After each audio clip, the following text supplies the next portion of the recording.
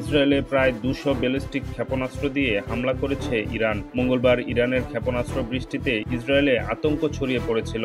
লাখো মানুষকে ছুটতে হয়েছিল আশ্রয়কেন্দ্রে। বাংকারে বৈঠক করছে ইসরায়েলি মন্ত্রিসভা। তেহরান দাবি করছে তাদের ছোড়া ক্ষেপণাস্ত্রের ৯০% লক্ষ্যবস্তুতে আঘাত এনেছে। তবে ইসরায়েল বলছে বেশিরভাগ ক্ষেপণাস্ত্র ভূপাতিত করা হয়েছে। কেউ হতাহত হয়নি। এ পরিস্থিতিতে ইরানের ক্ষেপণাস্ত্র ক্ষমতা নিয়ে নতুন করে আলোচনা শুরু হয়েছে। মার্কিন সেন্ট্রাল কমান্ড ২০২২ সালে এক প্রতিবেদনে বলেছে ইরানের কাছে ৩,০০০-এর বেশি ব্যালিস্টিক ক্ষেপণাস্ত্র রয়েছে। এর মধ্যে রয়েছে স্বল্প ও মাঝারি পাল্লার ক্ষেপণাস্ত্র। এসব ক্ষেপণাস্ত্রের বেশিরভাগই উত্তর কোরিয়া ও রাশিয়ার প্রযুক্তি থেকে অনুকরণ করে ডিজাইনের উপর নির্ভর করে।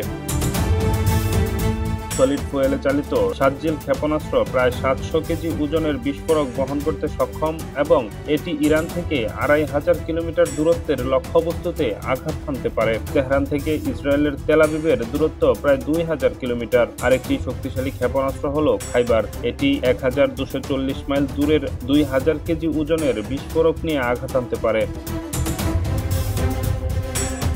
গত ২ দশকে ইরান তাদের গাইডেড ক্ষেপণাস্ত্র উৎপাদনে উল্লেখযোগ্য উন্নতি করেছে। ফাতেহ ১১০ সিরিজের ক্ষেপণাস্ত্রগুলো বিশেষভাবে সামরিক স্থাপনা লক্ষ্যবস্তু করার ক্ষেত্রে উল্লেখযোগ্য দক্ষতা প্রদর্শন করেছে।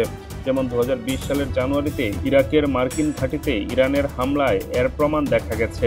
২০২৪ সালের জানুয়ারিতে ইরাকের অরবিল অঞ্চলে ইসরায়েলি গোপন ঘাঁটিতে হামলা চালায় ইরান।